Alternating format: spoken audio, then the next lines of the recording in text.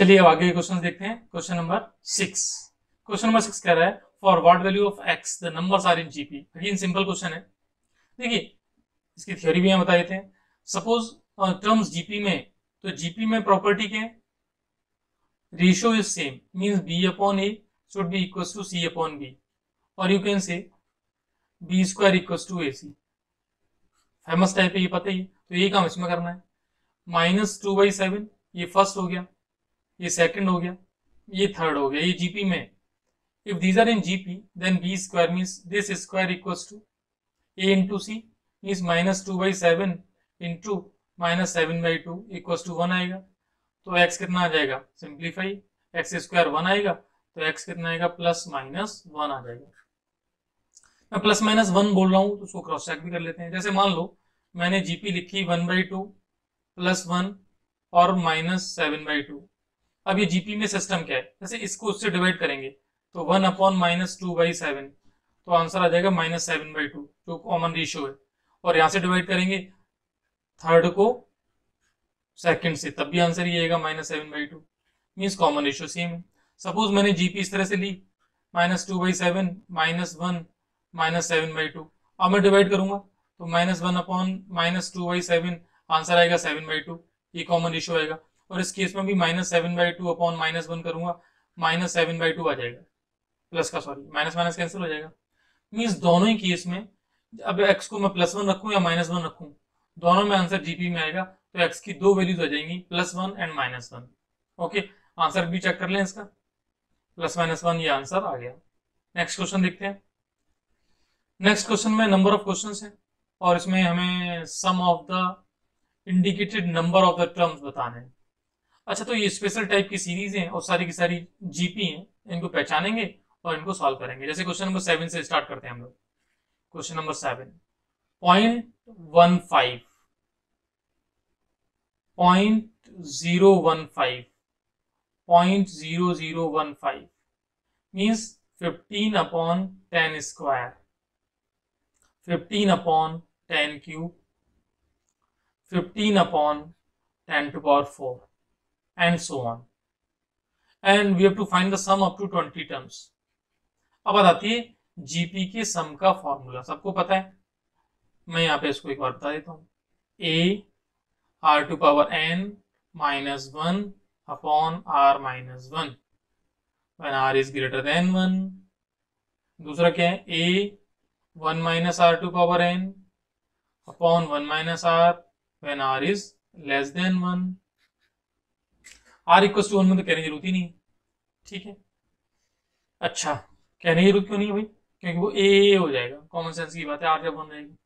अच्छा, इसको देखा, इसमें निकाला कॉमन रेशियो, तो भाई second term divided by first term, ये कैंसिल, यहां से ये cancel, 1/10 which is less than 1। तो हम लोग नीचे वाला फॉर्मूला लगा लेंगे, ये अपने पास पता ही है, तो सम लिख लेते हैं। ए यानी ये आ गया 1 - r 1/10 पावर 20 अपॉन 1 - 1/10। बस इसको सिंप्लीफाई करना है, तो 15 अपॉन 10 स्क्वायर ऐसे लिख देता हूँ, चलो मैं, ठीक है, अपॉन 9 अपॉन 10, और इसको मैंने 1 - 10⁻⁻20 लिख दिया। यहां से ये 10 से ये कर कैंसिल, इन दोनों का मल्टीप्लाई हो जाएगा, तो आंसर विल बी 15। अब 15 को भी अपॉन 10 है तो कैंसिल कर लो 5 से, 5 3 जा 5 2 जा, तो ये मैं लिख देता हूँ 3 अपॉन लो, 3 से भी कैंसिल हो जाएगा, 3 3 जा 9, तो 1/6 आ गया कुल मिला के, 1/6 1 - 10⁻⁻20। बस ये सॉल्व नहीं होगा, यहाँ छोड़ दो आप, तो फर्स्ट क्वेश्चन का आंसर ही आ जाएगा 7 का, ठीक है। नेक्स्ट क्वेश्चन देखते हैं। 8th में क्या था, √7 √21 3√7 √21 3√7, इसके एन टर्म्स का सम निकालना है। तो ठीक, ए कितना है, √7 है। आर कितना है, आर निकालते हैं, √21 अपॉन √7। √21 को क्या लिखा, 3 × 7 अपॉन √7, ये कैंसिल आउट हो गया, √3। अब एन टर्म का हम निकाला, अब √3 यानी ग्रेटर देन 1 है तो वो फॉर्मूला लगा लेंगे, ए यानी √7, आर √3, r⁴n, n तो n ही, -1 अपॉन r -1, √3 -1। बस इतना काम हो सकता है, इसको रेशनलाइज कर सकते हैं, चाहो तो वो कर लेते हैं। तो √3 + 1 से मल्टीप्लाई कर देते हैं, तो ये मल्टीप्लाई तो हो जाएगा, यहां से इससे मल्टीप्लाई हो जाएगा, तो ये आएगा √21 + √7 √3n -1 अपॉन 2, या फिर वहां पर भी छोड़ सकते थे हम लोग। तो जो सेकंड क्वेश्चन है उसका आंसर ये आ जाएगा, मीन्स क्वेश्चन नंबर 8 जो है, क्वेश्चन नंबर 8 हो गया। क्वेश्चन नंबर 9, पहले एक बार चेक कर लेना, क्या है, 1 - a, ओके, 9, 1 - a² -a³, इसके मुझे n टर्म्स को ऐड करना है। अगेन सिंपल सी बात है, SN a, अब यहां पे r कितना है, तो r - a है, ओके। तो अब r के लिए इंफॉर्मेशन कुछ दे नहीं रखी है, चेक कर लें, r ≠ 1 है, बस इतनी सी इंफॉर्मेशन है, तो कहीं भी लिख लेते हैं। तो 1 - r⁴n अपॉन 1 - r, तो बस इसको यहीं छोड़ दो, 1 - a⁴n अपॉन 1 + a, ये आंसर आ जाएगा। Last question, x³ x⁵ x⁵7, इसके n टर्म्स को ऐड करना है। तो क्वेश्चन नंबर 10 को यहाँ सॉल्व कर लिया हम लोगों ने, क्या गिवन है, x³ x⁵, तो x³ x⁵ x⁵7 and so on. Simple सी बात है ये तो, एज n, तो a यानी x³, अब यहां पर डिवाइड करेंगे तो x² आ जाएगा, तो 1 - r हो जाएगा x² पावर n रख देते हैं अपॉन 1 - r, यही इसका आंसर है।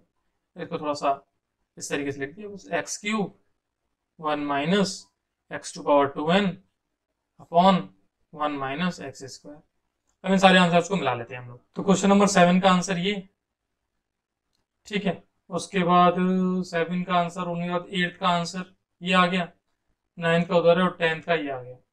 अब इन सारे आंसर्स को एक बार देख लेते हैं, आंसर्स हैं क्या हैं।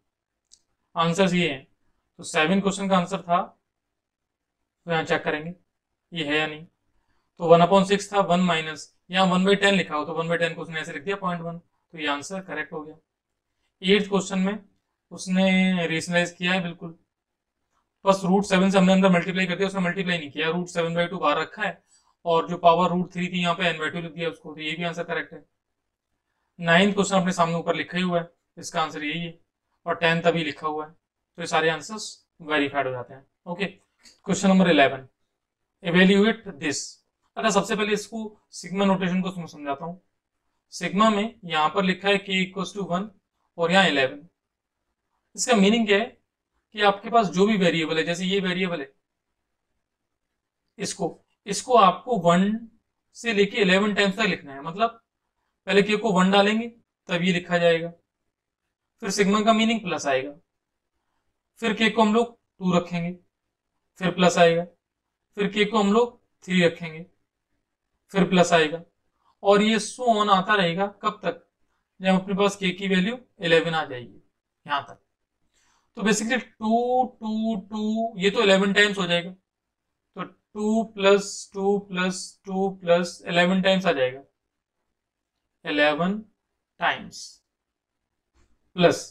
अच्छा, यहां पर ये 3 + 3⁵2 + 3⁵3 + ... 3⁵11, तो ये 11 टर्म्स की क्या है, जीपी है, तो इसका सम कर लेंगे और ये सिंपल सा 22 हो जाएगा ये तो ऐड करके।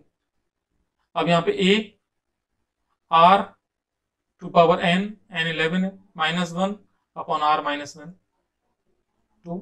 तो बस यहाँ छोड़ सकते हो या थोड़ा सिंप्लीफाई कर लो। तो देखो सिंप्लीफाई करें तो 22 प्लस इसको 3 टू पावर 12 -3 अपॉन 2 एलसीएम ले लें तो 44 प्लस 3 टू पावर 12 -3 अपॉन 2, ये कैंसिल हो जाएगा। तो 41 प्लस 3 टू पावर 12 अपॉन 2, ये आंसर आ जाएगा। अब उसको छोड़ यहाँ भी सकते हैं भाई, ये आंसर से एक बार देख लेते हैं कहाँ छोड़ा हुआ है, उस हिसाब से बात करेंगे। देखिए 22 लिखा है प्लस 3/2 लिखा है, 3 टू पावर 11 -1 लिखा हुआ है, चेक कर लें भाई। मल्टीप्लाई नहीं किया उन्होंने, बाहर ही छोड़ दिया है, यानी इसी स्टेज पे छोड़ दिया। 22 प्लस 3/2 3 टू पावर यहीं छोड़ दिया इस जगह, यही आंसर गिवन है और हम लोगों ने उसको फर्दर यहाँ तक सॉल्व किया, तो वो आपकी मर्जी, चेक कर सकते हैं। ठीक है, तो इसका आंसर। नेक्स्ट क्वेश्चन देख लेते हैं, question number 12। The sum of first 3 terms of a GP is. तो देखिए फर्स्ट 3 टर्म्स का सम गिवन है, मीन सपोज मैं कहूँ कि T1 plus T2 plus T3, ये गिवन है 39/10 और उनका प्रोडक्ट भी गिवन है। अच्छा तो यहां पर जो बात चल रही है वो मैं बताऊं, how to find the terms. Terms कैसे एज्यूम करते हैं जीपी में, उसकी थ्योरी जाके देखोगे आप समझ में आएगा। जब प्रोडक्ट गिवन होता है तो टर्म्स लेने की स्टाइल ये वाली होती है, 3 टर्म्स लेने हैं। अब मुझे सम गिवन है तो मैं लिखूंगा 1/a/r प्लस a+ar, ये कितना है 39/10। प्रोडक्ट गिवन है तो प्रोडक्ट करते ही क्या होगा, आर से आर कैंसिल हो जाएगा, ये आर से आर कैंसिल, प्रोडक्ट कितना 1 है, मीन्स यहां से सिंपल सा ए क्यू 1 हो गया, तो ए की वैल्यू 1 आ गई।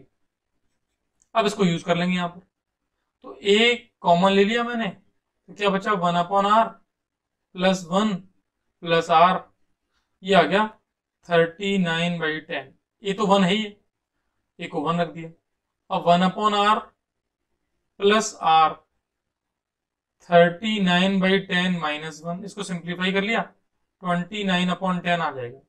यहाँ पे मल्टीप्लाई कर लिया r² प्लस 1/r 29/10, इसको क्रॉस मल्टीप्लाई कर लिया तो 10r² plus 10 equals to 29r, ये बन गई quadratic. 10r² minus 29r plus 10 equals to 0। तो ये हो जाएगा 10 इंटू 10 यानी 5 2 5 2, तो 25 प्लस 4, इसको लिख देंगे 29 को, तो 10r² माइनस 25 प्लस 4 लिखा, तो 25 प्लस 4। यहाँ पे हम लोगों ने 5r कॉमन ले लिया, तो 2r माइनस 5, यहाँ से -2 कॉमन ले लिया, 2r माइनस 5, गॉट इट। तो ये फैक्टर्स आ गए, means 2r minus 5, 5r minus 2। तो भाई इसको सिंप्लीफाई किया, क्वेश्चन को किया हमने, कॉमन रेशियो निकाल दिया, फाइंड द कॉमन रेशियो। तो कॉमन रेशियो कितने आ रहे हैं इसमें, कॉमन रेशियो आ रहे हैं 2r माइनस 5, चेक कर लें एक बार, 2r माइनस 5 और 5r माइनस 2 इक्वल्स टू 0। तो यहां से आ आएगा 5/2 और यहां से आ आएगा 2/5, कॉमन रेशियो आ गया। और ए की वैल्यू यदि बात करें तो ए कितना आ रहा था अपने पास, 1 आ गया था, ए 1 है। तो मुझे बताओ यदि मैंने टर्म्स बनाए थे a/r a ar, तो यदि मैं r को 5/2 लूंगा तो सीरीज क्या बनेगी, 1/5/2 1 1 इंटू 5/2 मीन्स 2/5 1 5/2, ये सीरीज आ जाएगी। और जब r को हम 2/5 रखेंगे तब सीरीज क्या आएगी, इसकी रिवर्स आ जाएगी, मीन्स 5/2 1 और 2/5। अब देखो दोनों प्रॉपर्टीज में सॉल्व हो रही हैं, प्रोडक्ट देखो कितना है, तो प्रोडक्ट करेंगे तो दोनों केस में, जैसे इसमें पहले प्रोडक्ट किया तो ये कैंसिल आउट हो जाएंगे, 1 आ जाएगा। सम की बात करूँ ना तो 2/5 प्लस 1 प्लस 5/2 इसको ऐड करना है, तो अपॉन में कितना आ जाएगा 10, तो 5 2 जा तो 4 प्लस 10 प्लस 25, इसको सॉल्व करो 39/10। क्रॉस चेक हो गया क्वेश्चन। आंसर भी चेक कर लें, आंसर आर की वैल्यू गिवन है 2/5 और 5/2। Next, how many terms of the needed to the sum. देखिए ये क्वेश्चन सम पे बेस्ड है और सम गिवन है और टर्म्स पूछा है, तो देखो क्वेश्चन में यही होगा आपको। एक्चुअली सम ऑफ जीपी के फॉर्मूले में a 1 minus r to power n upon 1 minus r, ये इंफॉर्मेशन है। अब मुझे एस एन गिवन है, ए पता है तो एन पूछा जा रहा है ना, निकालते हैं। तो एस एन कितना है 120, ए कितना है 3। अब इसमें फॉर्मूला वो लगा देंगे, कौन सा, आर टू पावर एन, मेरे हिसाब से पता होना चाहिए, क्यों लगाता हूं। अच्छा दोनों में कोई डिफरेंस नहीं है, यहां से माइनस कॉमन ले लो, ये आ जाएगा। तो 3 टू पावर एन, एन तो निकालना है, -1 अपॉन 3 -1 यानी 2। इसको सिंप्लीफाई कर लेते हैं तो ये 40 80 हो जाएगा। 3 टू पावर एन -1, तो 3 to power n -1 equals to 80, 3 to power n equals to 81, और 81 यानी 3 टू पावर 4। अब देखो ये फैमिलियर होना चाहिए 3 की पावर्स को थोड़ा बहुत, तो एन कितना आ जाएगा 4, मीन्स हाउ मेनी टर्म्स, तो how many terms means n पूछा जा रहा है, तो 4 टर्म्स, 4 टर्म चाहिए कुल मिला के, your answer is the 4 terms. चलिए भाई, हाउ मेनी टर्म्स का आंसर इज 4।